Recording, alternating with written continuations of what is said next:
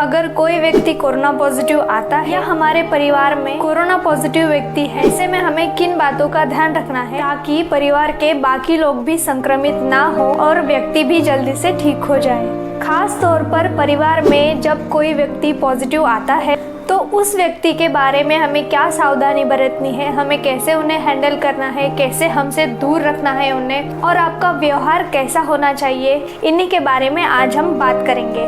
तो आइए आज का वीडियो हम स्टार्ट करते हैं। हाय हेलो नमस्ते, मैं हूँ प्रीति और आप सभी का health and glow with Preeti channel पर फिर से स्वागत है।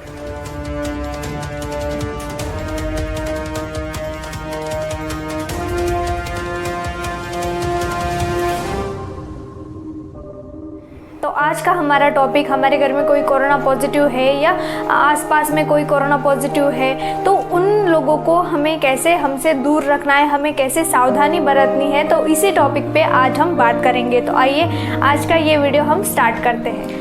सबसे पहले, परिवार में कोई कोरोना संक्रमित व्यक्ति है तो उनको मास्क लगाना बहुत ज़रूरी है। ये तो सभी को पता है कि मास्क लगाना बहुत ज़रूरी है। घर में भी आप 3 लेयर का मास्क लगा सकते हो और उस मास्क को आपको 8 घंटे ही पहनना है। उसके बाद आप धुलने डाल सकते हो या फिर दूसरा मास्क लगा सकते हो, पर हमें 8 घंटे के ऊपर मास्क को यूज़ नहीं करना है, हमें दूसरा मास्क यूज़ करना है। या फिर अगर किसी व्यक्ति का मास्क गीला हो जाए या फिर ख़राब हो जाए तो तुरंत ही आपको इस मास्क को चेंज करना है, मतलब हमें बदलना है। अगर कोई व्यक्ति N95 मास्क यूज करना चाहे तो आप कर सकते हो। इसके अलावा हमें एक बात का और ध्यान रखना है कि जो व्यक्ति कोरोना संक्रमित है उन लोगों का कमरा अलग ही होना चाहिए और उनका टॉयलेट भी अलग होना बहुत ज़रूरी है। अगर आपके घर में कोई प्रेग्नेंट महिला है या फिर बुजुर्ग है या फिर ऐसे कोई व्यक्ति है जिनको ब्लड प्रेशर, डायबिटीज, लंग जैसी हार्ट की कोई प्रॉब्लम है, तो ऐसे व्यक्तियों को संक्रमित व्यक्ति से दूर रखना बहुत ज़रूरी है। उनको दूसरे कमरे में रहना बहुत ज़रूरी है। अगर आपके घर में ऐसी सुविधाएं नहीं है तो आप किसी रिलेटिव के घर पर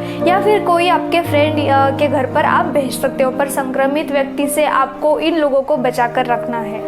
तो जिसको कोरोना वायरस का संक्रमण है वह कोशिश करे कि अपने कमरे के अंदर ही रहे, बाहर निकलने की कोशिश ना करे और लोगों के संपर्क में ना आए। कोरोना संक्रमित लोगों को, व्यक्ति को इन बातों का ध्यान रखना है कि जब भी उन्हें छींक आए या खांसी आए तो उन्हें किसी भी टिश्यू में या कपड़े में उनको खांसना है, छींकना है। खुले में खांसना छींकना नहीं है ताकि परिवार के जो बाकी सदस्य है वह संक्रमित ना हो।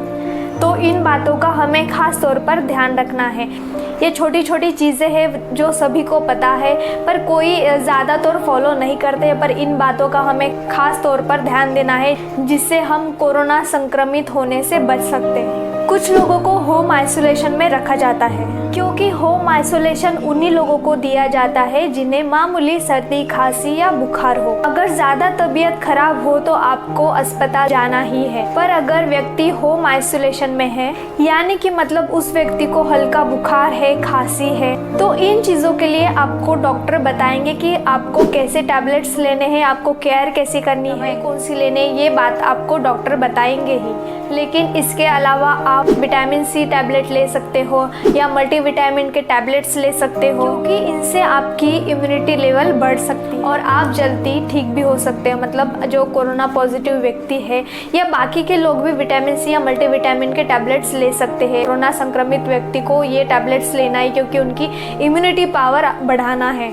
दूसरी बहुत ज़रूरी बात जो आपको ध्यान रखनी कि आपको आपके लक्षणों का खास तौर पर ध्यान रखना है। अगर आपके लक्षण बढ़ रहे हैं, मतलब कोरोना संक्रमित व्यक्ति के लक्षण बढ़ रहे हैं, अगर आपको ऐसा लग रहा है कि आपको आराम नहीं आ रहा है, मतलब 2-3 दिन हो गए आपको बुखार है और आपका वो बुखार कम नहीं हो रहा है, या आपके जो इंटरनल प्रॉब्लम है, सर्दी, खांसी, जुकाम, वो आपका ठीक नहीं हो रहा है, आपको हार्ट की प्रॉब्लम हो रही है या आपको सांस की प्रॉब्लम हो रही है, छाती में दर्द हो रहा है, घुटन महसूस हो रही है, छाती पर दबाव महसूस हो रहा है, या अगर किसी व्यक्ति को सांस लेने में दिक्कत हो रही है, तो ऐसी स्थिति में आपको तुरंत डॉक्टर के पास जाना ही है।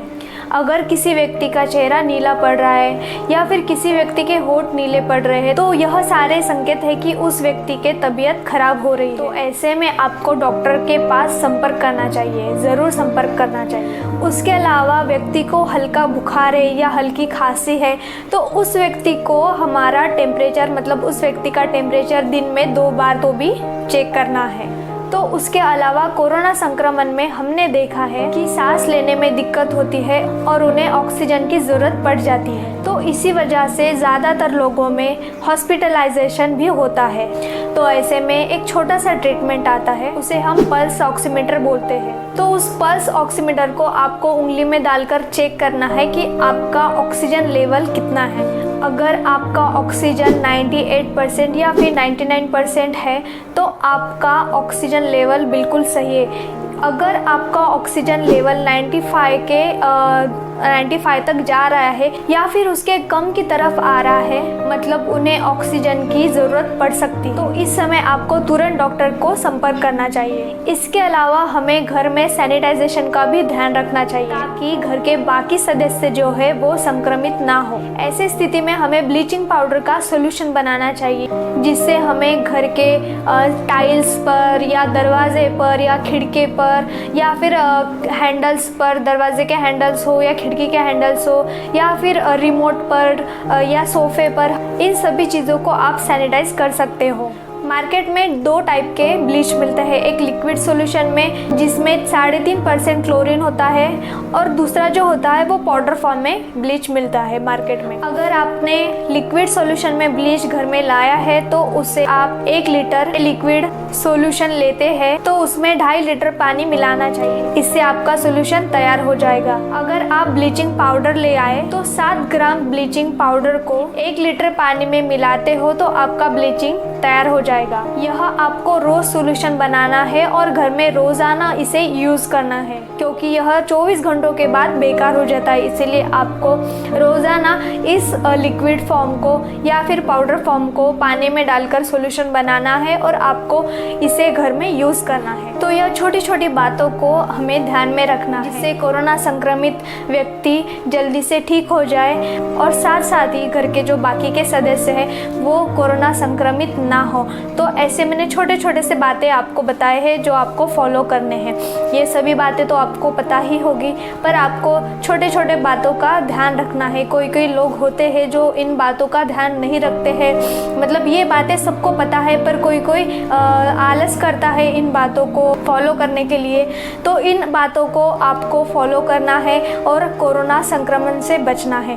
तो ये थे आज की टिप्स। अगले वीडियो में हम देखेंगे कि कोरोना संक्रमित व्यक्ति को डाइट प्लान कैसे दिए जाते हैं, डॉक्टर डाइट प्लान कैसे देते हैं, कोरोना संक्रमित व्यक्ति को क्या खाना चाहिए, उनकी इम्यूनिटी पावर कैसे बढ़ती है, मतलब ओवरऑल उनका डाइट कैसा होता है, ये हम नेक्स्ट वीडियो में देखते हैं। तो आज का ये वीडियो यही ख़त्म होता है। चैनल को सब्सक्राइब करें, वीडियोस को लाइक करें, कमेंट्स करें, शेयर करें और बेल आइकन प्रेस कीजिए, साथ ही साथ ऑल ऑप्शन सिलेक्ट कीजिए। Thank you.